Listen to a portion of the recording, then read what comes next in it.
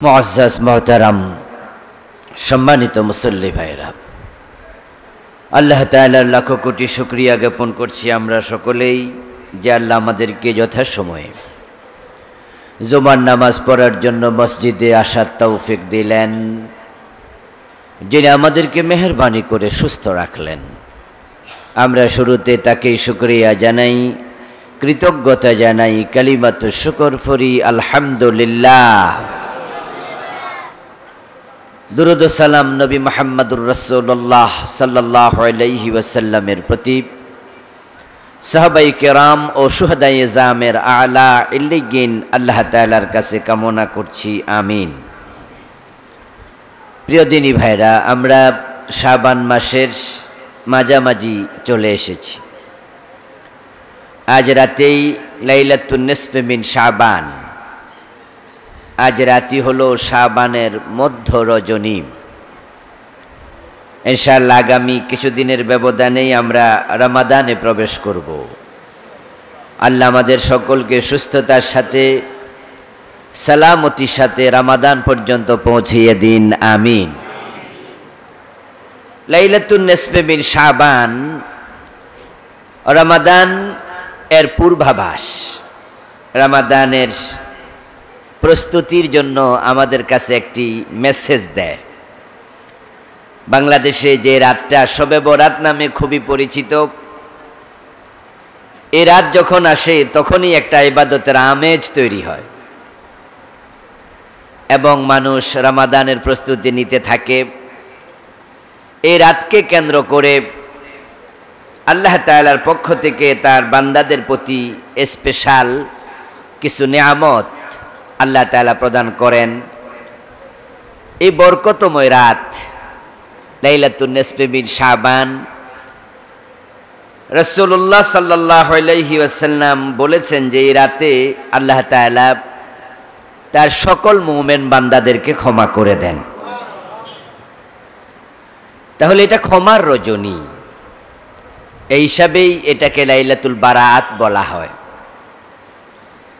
এই রাত্রির ফজিলত হাদিস দ্বারা প্রমাণিত, কিন্তু এই রাত্রির বিশেষ ইবাদত সেটা হাদিস দ্বারা প্রমাণিত কিনা সেটা আলোচনা সাপেক্ষ। কিন্তু শবে বরাতের রাত এটা সম্মানিত একটি রাত, এটা ক্ষমার রাত, মুক্তির রাত, এটা সহিহ হাদিসে এসেছে। এই রাত্রিতে আল্লাহ তাআলা স্পেশালি তার মুমিন বান্দাদের প্রতি বিশেষ দৃষ্টিপাত করেন।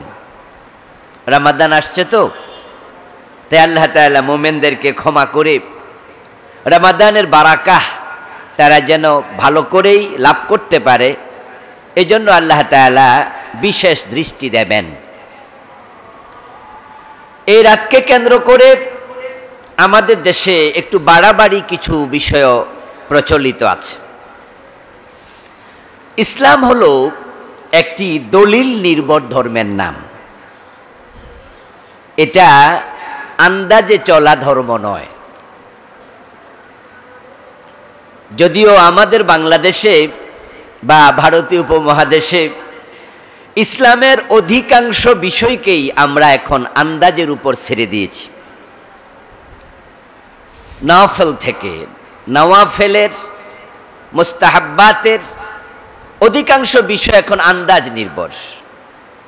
হুজুর বলছে, এটা পীর সাহেব হুজুর করছে, আরে ভাই এটা যুগ যুগ ধরে চলে আসছে। এই জাতীয় একটা কালচারের উপরে মুস্তাহাব্বাত এবং নওয়াফেলগুলোকে আমরা ছেড়ে দিয়েছি। আলহামদুলিল্লাহ, ফারায়েজ ওয়াজিবাতের ভিতরে আন্দাজ ঢুকতে পারেনি। মাগরিবের নামাজের ফরজ 3 রাকাত, এটা 1400 বছর ধরে চলছে। দিনে 5 ওয়াক্ত নামাজ, এখানে পৃথিবীর কোনো দেশে আন্দাজে 6 ওয়াক্ত বানাতে পারেনি। ফারায়েজ এবং ওয়াজিবাতগুলো ঠিক আছে, প্রবলেমটা তৈরি হয়েছে নওয়াফেল এবং মুস্তাহাব্বাতের ভিতরে। তো আজকে রাতের যে ইবাদত, এটা কি ফরজ ইবাদত? যারা করে তারাও বলবে না, যারা করে না তারাও বলবে না এটা ফরজ না, এটা নফল ইবাদত।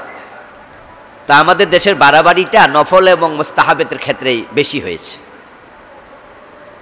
এবং এটা মারাত্মক পর্যায়ে চলে গেছে কিছু কিছু ক্ষেত্রে, যেটা বাড়াবাড়ি পর্যায়ে চলে গেছে। যেমন ধরেন টুপি মাথায় দেয়া, এটাকে কেউ ফরজও বলে না, ওয়াজিবও বলে না, এটা সুন্নাত মুস্তাহাব্বাতের পর্যায়ে। এখন টুপি যেখানে মুস্তাহাব, সেখানে টুপির ডিজাইন কি ফরজ হইব? ডিজাইন তো মুস্তাহাবও হবে না, এটা আরো নিচে। অথচ কিছু কিছু জায়গায় দেখবেন ফাঁস করলি না মাথায় দিলে ওরে চোখ বড় করে তাকায় থাকে, যে এই আমাদের মাদ্রাসায় এরে কেডার এইটা যে ফাঁস করলি নাই। আবার কিছু কিছু মাদ্রাসায় আছে ফাঁস করলি ফাইলে খবর আছে। আস্তাগফিরুল্লাহ আল-আযীম।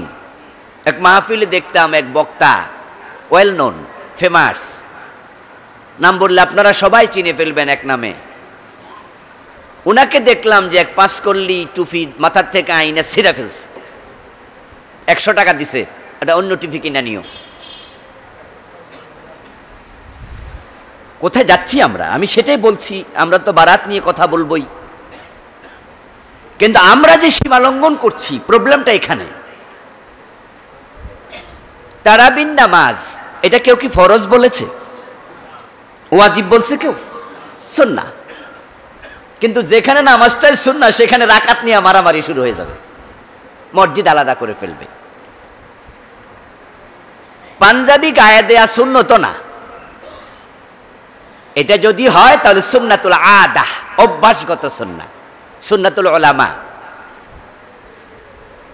রাসূলুল্লাহ সাল্লাল্লাহু আলাইহি সাল্লাম নির্দিষ্ট কোন পাঞ্জাবি এই ডিজাইনে তিনি নিয়মিত গায়ে দিয়েছেন, সেটা হাদিস দ্বারা প্রমাণিত নয়। তিনি কোন পাঞ্জাবি গায়ে দিয়েছেন, এগুলো জামা ছিল এই পর্যন্ত হাতা, কোনোটা এই পর্যন্ত হাতা, কোনোটা ছিল একটুকু, কোনোটা আরো বড়, কোনোটা আরো একটু ছোট, অর্থাৎ পোশাকের নির্দিষ্ট কোনো ডিজাইনকে রাসূল সুন্নাহ ঘোষণা করেন নাই। যেমন আমি বড় জামা গায়ে দিই, কিন্তু আমি বলি না যে এটা সুন্নাহ হিসেবে গায়ে দিই, কারণ আরো ছোট তো গায়ে দেয়, কত বড় বড় আলেম আছে ছোট গায়ে দেয়। পাকিস্তানের 100 জন আলেমের মাঝে 95 জন কাবলি গায়ে দেয়, তো ওরা সুন্নাহ বোঝে না।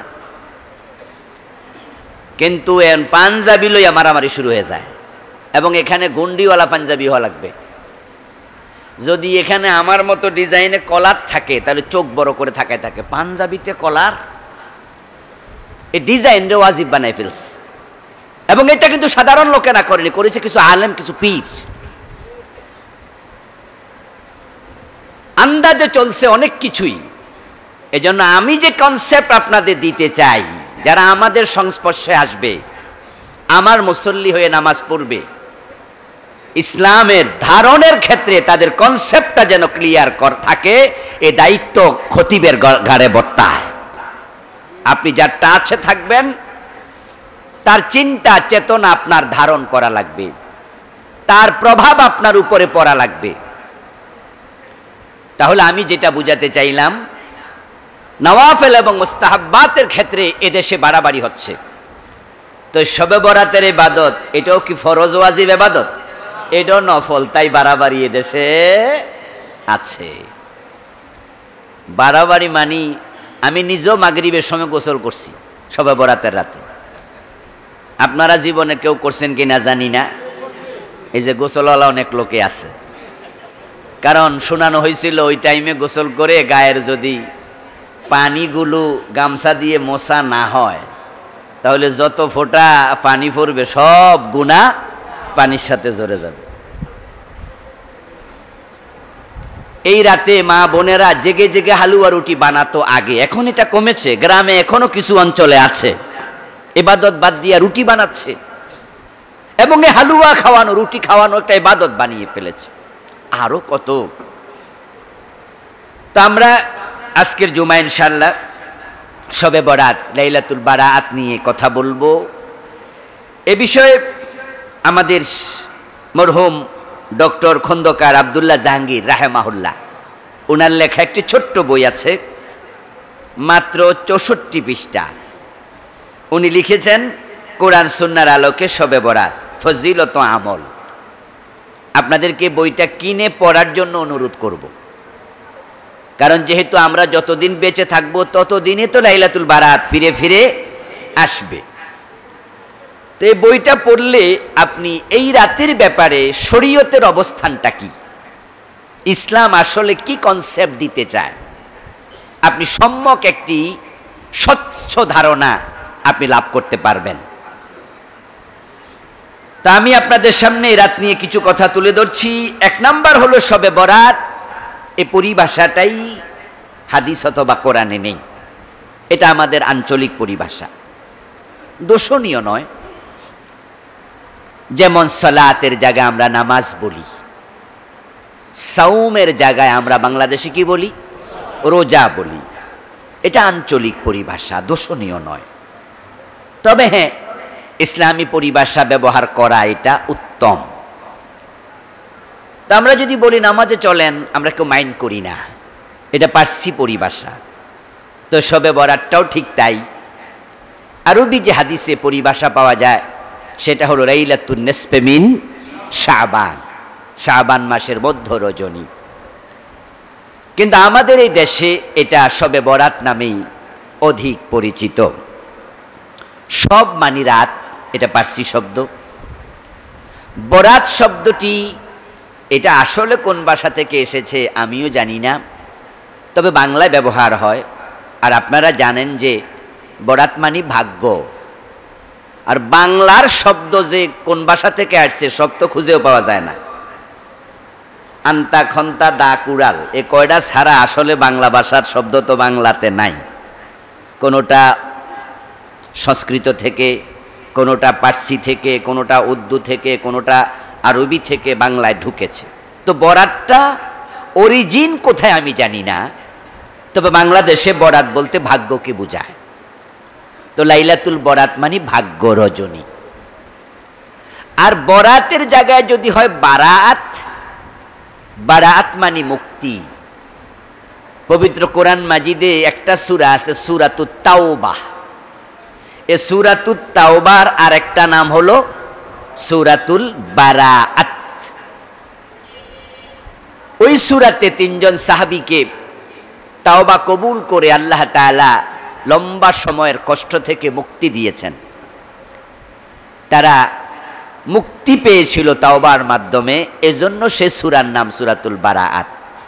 অথবা কাফেরদের সাথে মুসলমানদের সন্ধি হয়েছিল হুদায়বিয়াতে, সূরা আল বারাত নাজিলের মাধ্যমে আল্লাহ তাআলা বারাআতুম মিনাল্লাহি ওয়া রাসূলিল্লাযিনা আহাদতুম মিনাল মুশরিকিন, ওই মুশরিকদের সাথে করা সন্ধি আল্লাহ বিচ্ছিন্ন করেছেন, এজন্য বারাআত বলে।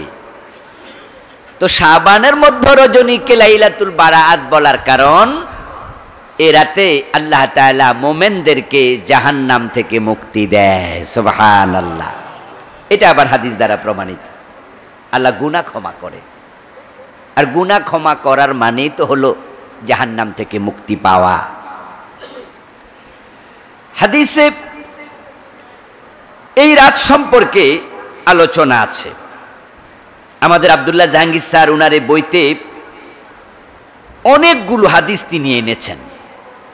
মজার ব্যাপার হলো উনি হাদিস আনার পরে এই হাদিসগুলোর পর্যালোচনা করে উনি দেখাতে চেয়েছেন যে এই হাদিসগুলো গ্রহণযোগ্য কিনা। আমাদের এই উপমহাদেশে হাদিসের সনদের গবেষণাটা খুবই কম ছিল, যার কারণে এদেশে ভেজাল ইবাদত ঢুকেছে বেশি। এদেশে জাল হাদিস দিয়ে আমল চালু হয়েছে, এমন আমলও আছে।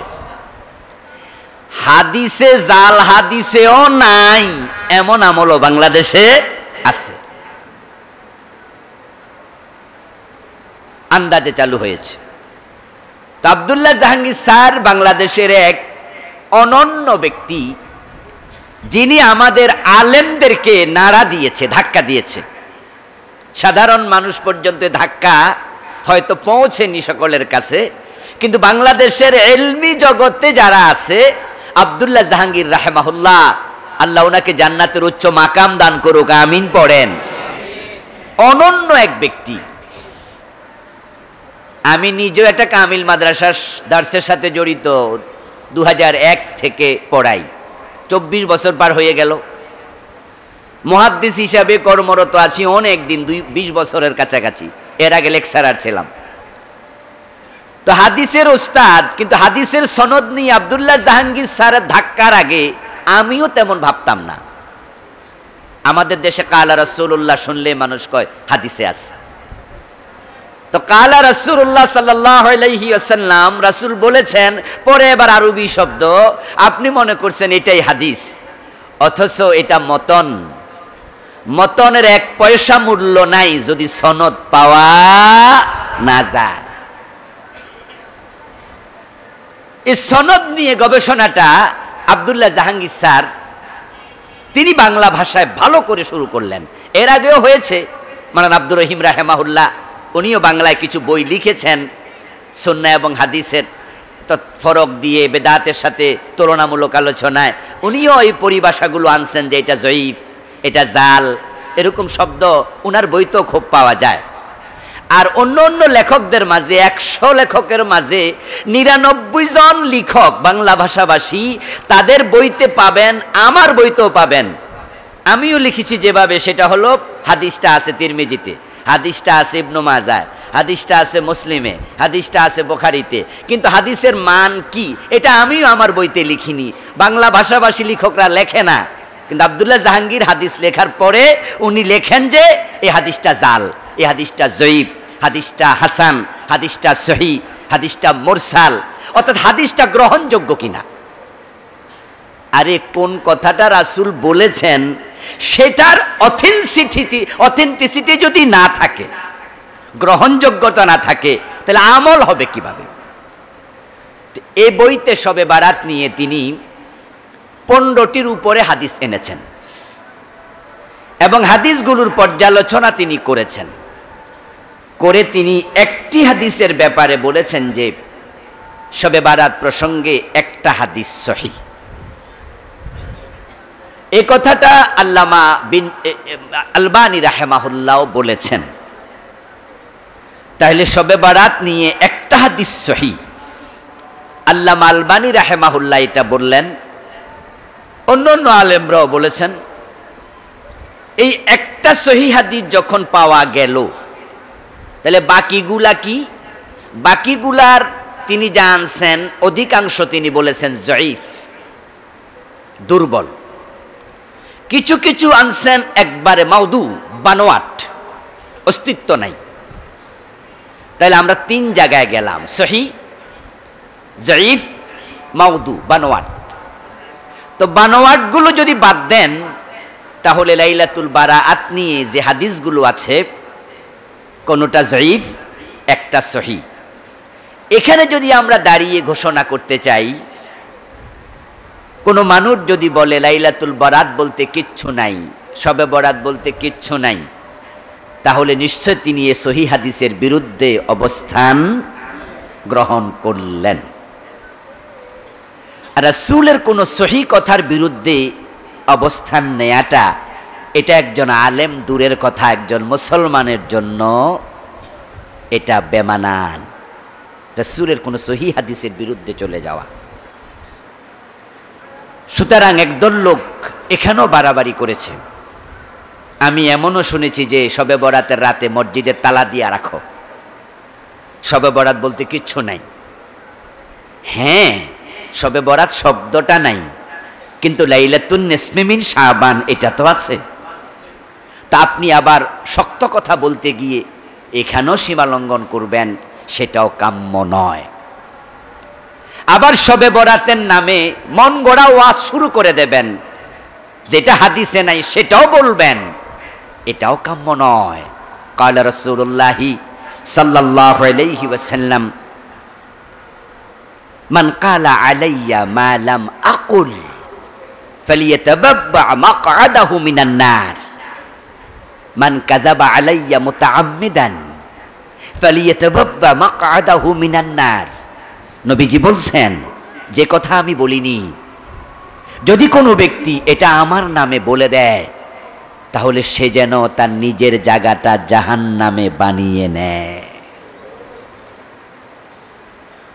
আজকের এই মসজিদগুলোতে 3.5 লাখ মসজিদ, এই আওয়াজটা একটু বাড়াই দেন তো, এ 3.5 লাখ মসজিদ বাংলাদেশে কম বেশি, এ 3.5 লাখ মসজিদের 2-4-10টা-20টা মসজিদ বাদ দিলে, 1-200 মসজিদ বাদ দিলে বাকি সবগুলোতে আজকের জুমাতে শবে বরাত নিয়ে আলোচনা হবেই।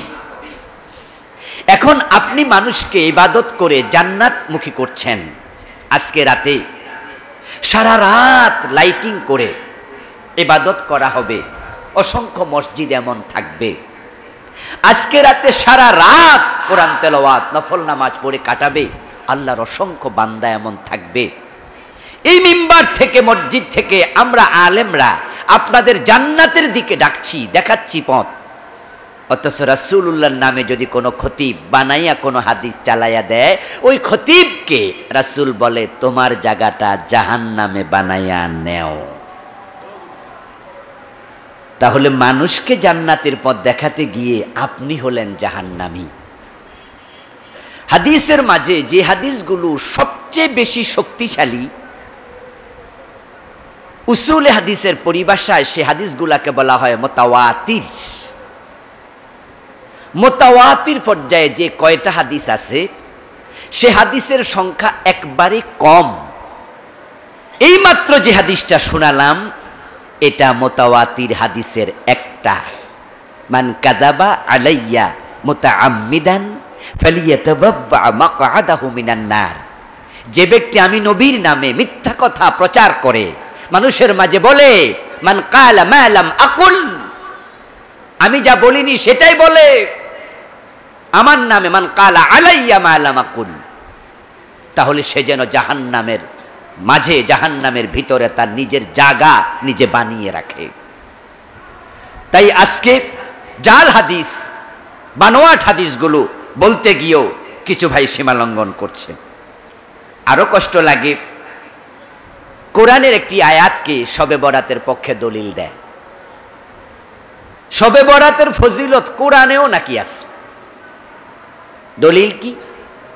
ইন্না আনজালনাহু ফি লাইলাতিন মুবারাকাহ ওয়া ইন্না কুন্না মুনজিরিন ফিহা ইউফরাকু কুল্লু আমরিন হাকীম। সূরা দোখানের একটি আয়াত, আয়াত নাম্বার 3 এবং 4, দুটি আয়াত। আল্লাহ বলছে, নিশ্চয় আমি এ কোরআন বরকতময় রাতে নাজিল করেছি এবং সেই রাতে গুরুত্বপূর্ণ ফয়সালা হয়। এই আয়াত দিয়ে কোন ভাই বলবেন যে এটা শবে বরাতের ব্যাপারে আল্লাহ বলেছে, অথচ একবারেই নাজায়েজ কথা, একবারেই অগ্রহণযোগ্য কথা। ইন্না আনজালনাহু ফি লাইলাতিন মুবারাকা, এই কোরআন আমি বরকতময় রাতে নাজিল করেছি। ঠিক একই কথা তো ভিন্ন ডিজাইনে সূরা আল কাদরে আল্লাহ বলছে, ইন্না আনজালনাহু ফি লাইলাতিল কদরি, আমি কোরআন কদরের রাতে নাজিল করেছি। বরকতময় রাত, কদরের রাত, কদরের রাত, বরকতময় রাত। লাইলাতুল কদরি খায়রুম মিন আলফি শাহর, এমন বরকতময় এক রাতের দাম 1000 মাসের চেয়ে বেশি। আল্লাহ তাআলা মূলত শবে কদরকেই লাইলাতুল মুবারাকা বললেন। সরাসরি এক আয়াতের তাফসীর আরেক আয়াত, আল কোরআন ইউফাসসিরু বা'দুহু বা'দা, কোরআন এক আয়াত আর এক আয়াতের ব্যাখ্যা করে। তো এক জায়গায় বললেন ইন্না আনজালনাহু ফি লাইলাতিন মুবারাকা, আর এক জায়গায় বললেন ইন্না আনজালনাহু ফি লাইলাতিল কদর। লাইলাতুল কদর এটা কি রমজানের ভিতরে না বাহিরে? কথা বলতে হবে আপনাদেরও, কথা কি বোঝেন তো নাকি? লাইলাতুল কদর রমজানের ভিতরে না বাহিরে? তো শবে বরাত কি রমজানের ভিতরে? তাহলে শবে বরাতের রাত এই আয়াত দিয়ে বোঝানো হয়েছে আবআদান নাজআহ। ইবনে কাসির রাহিমাহুল্লাহ বলেছেন, যদি এই কথা কেউ বলে এটা চূড়ান্ত অভিনব, এটা মন গড়া, এটা আল্লাহর কোরআনের একবারে উল্টা। শবে বরাতের ফজিলত হাদিস দ্বারা প্রমাণিত, একটা সহিহ হাদিস আছে, জয়ীফ আছে অনেকগুলো, কিন্তু কোরআন দ্বারা শবে বরাত প্রমাণিত নয়। তাহলে প্রশ্ন হলো, আলেমরা কি বানিয়ে বলছে?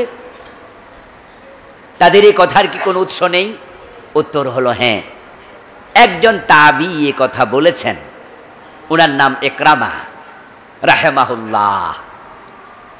উনি আব্দুল্লাহ ইবনে আব্বাস রাদিয়াল্লাহু তাআলা আনহুর খাদেম ছিলেন। উনি উনার কোনো আলোচনায়, বক্তৃতায় অথবা উনার ছাত্রদের কাছে বলতে গিয়ে উনি বলেছেন যে ইন্না আনজালনাহু ফি লাইলাতিন মুবারাকা ওয়া ইন্না কুন্না মুনজিরিন। এই আয়াত বলতে লাইলাতুল বারাত বোঝানো হয়েছে তথা লাইলাতুন নিসফি মিন শাবান বোঝানো হয়েছে। এই ইকরামা ছাড়া এই কথা আর কোনো আলেম, সাহাবী, তাবি কেউ বলেন নাই। ইকরামা রাহিমাহুল্লাহর এই বক্তৃতাটাকে পরবর্তী কোন আলেম ইবনু আব্বাসের বক্তৃতা নামে চালাইয়া দিছে। আবুন নাদার নামে একজন তাবি, যিনি একজন বানোয়াট কথার প্রচারক ছিলেন, ওই আবুন নাদার নামে একজন রাবি, তিনি বলছেন এটা ইকরামা সরাসরি ইবনু আব্বাসের কাউল হিসাবে বলেছে। এই কথা একবারে অগ্রহণযোগ্য। এটা ইবনে আব্বাস বলেনি নাই, বরং বলেছে এটা ইকরামা। আর ইকরামার কথা লাখ সাহাবী, লক্ষ লক্ষ তাবি, উলামায়ে মুতাকাদ্দিমিন, মুতাআখিরিন, কোনো আলেম এটা বলেনি। কেমনে বলবে? এটা তো কোরআনের উল্টা। সুতরাং ইকরামার একটা কথা এটা কোরআনের উল্টা হলেও সেটাই বারাতের পক্ষে দলিল দিয়ে বলতে হবে। এটাকে ইলমের আমানতদারিতা বলার সুযোগ নেই। সুতরাং এটা নিঃসন্দেহে প্রমাণিত কথা যে শবে বারাত নিয়ে সূরা দোখানের ওই আয়াত দলিল হিসাবে উপস্থাপন করা যাবে না। উপস্থাপন করা যাবে হাদিস। নবীজি সাল্লাল্লাহু আলাইহি ওয়াসাল্লাম বলেছেন, ইন্নাল্লাহা ইয়াত্তালিউ লাইলাতান নিসফি মিন শাবান ফায়াগফিরু লিল মুমিনিন ইল্লা আহলা শিরকি ওয়াদ দাগাইন লা ইয়াগফিরু লিল মুশরিকিন ওয়া লা ইয়াগফিরু লিআহলিদ দাগাইন ওয়া আহলিল হক লা ইয়াগফিরু লিমুশাহিন। বিভিন্ন শব্দে এসেছে। নবীজি বলছেন যে এই রাতে আল্লাহ তাআলা বিশেষ নজর দেবেন তার বান্দাদের দিকে, মাখলুকাতের দিকে। তার চোখে যত মুমিন বান্দা পড়বে এ রাতে তিনি সবাইকে ক্ষমা করবেন। তবে যে শিরিক করে এবং যার অন্তরে হেক্ত আছে, যার অন্তরে অন্য মুমিনের প্রতি বিদ্বেষ আছে, আল্লাহ তাকে এই রাতেও ক্ষমা করবেন না। এই রাতে ক্ষমা আল্লাহ করবেন, এটা আল্লাহ তাআলার স্পেশাল করুণা। ক্ষমা চাওয়া লাগবে না, চাইলে তো ভালোই। আমরা তো ক্ষমা চাইব। আল্লাহ তাআলা রাত যখন 3 ভাগের প্রথম ভাগ চলে যায়, সহিহ মুসলিমের রওয়ায়াত, কোন হাদিসে পাওয়া যায় যে 3 ভাগের প্রথম 2 ভাগ চলে যায়। এক হাদিসে আসছে 3 ভাগের প্রথম ভাগ, কোন হাদিসে আসছে 3 ভাগের প্রথম 2 ভাগ যখন চলে যায়, ইয়ানজিলুল্লাহু সুবহানাহু ওয়া তাআলা ইলা সামাইদ দুনিয়া, আল্লাহ তাআলা তখন দুনিয়ার আকাশে অবতীর্ণ হন হয়ে তিনি মানুষকে ডেকে বলেন, হাল মিন মুস্তাগফিরিন ফাগফির লাহু, কেউ আছো নাকি আমার কাছে ক্ষমা চাইবে, আমি ক্ষমা করতে এসেছি। হাল মিন মুস্তারজিকিন ফারযুকাহু, কেউ কি রিজিক চাইবে নাকি, আমি রিজিক দিতে এসেছি। হাল মিন মুবতালান ফাউয়াফিয়াহু, এমন কেউ আছো নাকি তুমি অসুস্থ, কষ্টে আছো, আমি আল্লাহর কাছে বলো আমি তোমাকে সুস্থ করতে এসেছি, তোমার কষ্ট লাঘব করতে এসেছি। আল্লাহ তাআলা প্রতি রাতেই তিনি আকাশে নেমে আসেন, তিনি ডাকেন। তাহলে এটা ইন জেনারেলি প্রতি রাতেই। তো আজকে রাতে কি আল্লাহ আকাশ আসবেন না?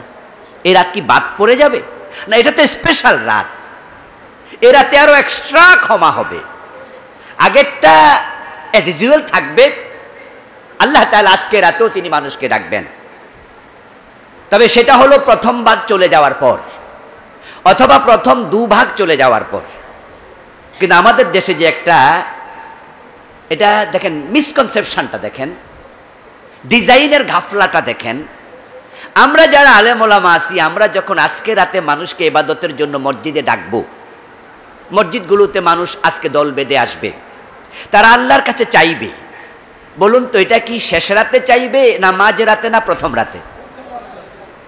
কথা বলে না কেন লোকজন? বলেন না, আপনারা যেটা বোঝেন সেটা বলেন। বাংলাদেশের ডিজাইনে সবাই দল বেঁধে কি মাঝ রাতে যাবে না শেষ রাতে না প্রথম রাতে? আর আল্লাহ নেমে আসবেন কখন? তো আল্লাহ আইসা দেখে পাবলিক ঘুমাই রয়েছে। মানে আমাদের যে ডিজাইনটা আমরা চালু করছি সেটা হলো সব মসজিদে 10টার ভিতরে ক্লোজ, অধিকাংশ শতকরা 90-95 মসজিদে 10টার ভিতরে জিলাপি টিলাপি খাইয়া হাত মাছ মুইসা টিস্যু দিয়া মুখ মুইসা দিব ঘুম। তো আল্লাহ নাইমা কয় কি খবর, কে কে আছে, সবাই ঘুমে রয়েছে। তাহলে ডিজাইনটা এভাবে হওয়া উচিত ছিল না, বরং ডিজাইনটা হওয়া উচিত ছিল যে আল্লাহ তাআলা এই রাতে স্পেশাল ক্ষমা দেবেন, তবে সহিহ হাদিসে প্রমাণিত তিনি আসমানে আসবেন, আর সেটা হবে মাঝরাত অথবা শেষ রাত। সুতরাং আপনারা দল বেঁধে এভাবে মসজিদে আসা না আসা সেটা আপনাদের এখতিয়ার, কিন্তু শেষ রাতে মাঝ রাতে আজকে যেন মিস না হয়, ঠিক না? আল্লাহ যখন বলবে কে আছো, আপনি বলবেন লাব্বাইক আল্লাহ আমি আছি। এটা হওয়া উচিত ছিল না? কিন্তু এই ডিজাইনটা আমরা এস্টাবলিশ করতে পারিনি, বরং আমরা এস্টাবলিশ করেছি এটা ভুল ডিজাইন। আচ্ছা, এরপরে হলো আজকের এই রাতে আল্লাহ তাআলা ক্ষমা করবেন। ক্ষমা পাওয়ার জন্য একদল বাঙালি যারা আজকে মাগরিবও পড়বে না, তবে রাতে কিন্তু যাবে। অনেকে আসরও পড়বে না, কেউ কেউ আছে জুমাতেও আসবে না। আজকে এই যে রাস্তা গাড়ি চালাচ্ছে, ড্রাইভিং করছে, অনেকে জুমা পড়বে না। যারা অলরেডি সিনেমা হলে আছে, সিনেমা হলের আজকে মেকানিক হয়ে কাজ করছে অথবা সিনেমা হল মুছতেছে, কারণ তো 2:30-3টা থেকে তো সিনেমার শো আছে ওদের। ওরা কিন্তু এই টাইমে জুমায় যায় নাই, তবে তারা আজকে সবে বরাতে যাবে। কিন্তু কারণ হুজুররা বলছে 1 বছরের সব গুনাহ এবং আগামী বছরে যা রিজিক সব, এর জন্য মিস করা যাবে না। তাই দল বেঁধে সবাই হাজির হবে। প্রিয় ভাইরা, একটি হাদিস আছে, হাদিসটা হলো ইযা কানা লাইলাতুন নিসফি মিন শাবান কুমু লাইলাহা ওয়া সুমু নাহারাহা। লাইলাতুন নিসফি মিন শাবান যখন আসবে তখন তোমরা রাতের বেলায় ইবাদত করো, দিনের বেলায় রোজা রাখো। তাই এই হাদিসের বারাকা ফজিলত লাভ করার জন্য, এই রাতের সম্মান লাভ করার জন্য কুমু লাইলাহা, রাতের বেলায় ইবাদত করবে, সবাই দল বেঁধে যাবে। আজকে মার্কেটগুলো বন্ধ হয়ে যাবে রাতে 8:30টার ভিতরে, 8টার ভিতরে ক্লোজ হয়ে যাবে, সবাই দল বেঁধে চলে যাবে। কিন্তু পরিতাপের বিষয় হলো পরের দিন থেকে আবার আগের মতো। অনেকে নিয়ত করছে যদি বাইসা থাকি তাহলে আবার সবে বরাতে দেখা হবে। এই যে একটা ডিজাইন, এটা একবারে ভুল। এই লোকগুলো আল্লাহ ক্ষমা করবেন কেন? আর যারা শিরিক অন্তরে লালন করে তাদের তো উপায় নাই। আর বাংলাদেশে অন্তরে শিরিক নাই এমন লোক পার্সেন্টেজ কত আল্লাহই জানে, কারণ এই দেশের মতো শিরিক পৃথিবীর কম দেশে আছে।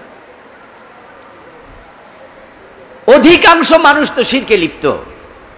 ওয়ামা ইউমিনু আকসারুহুম বিল্লাহি ইল্লা ওয়া হুম মুশরিকুন, কোরআনের আয়াত 100% বাংলাদেশে কায়েম হয়ে গেছে।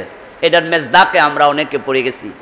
আল্লাহ বলে অধিকাংশ ঈমান আনে আবার মুশরিক, শিরিক করে।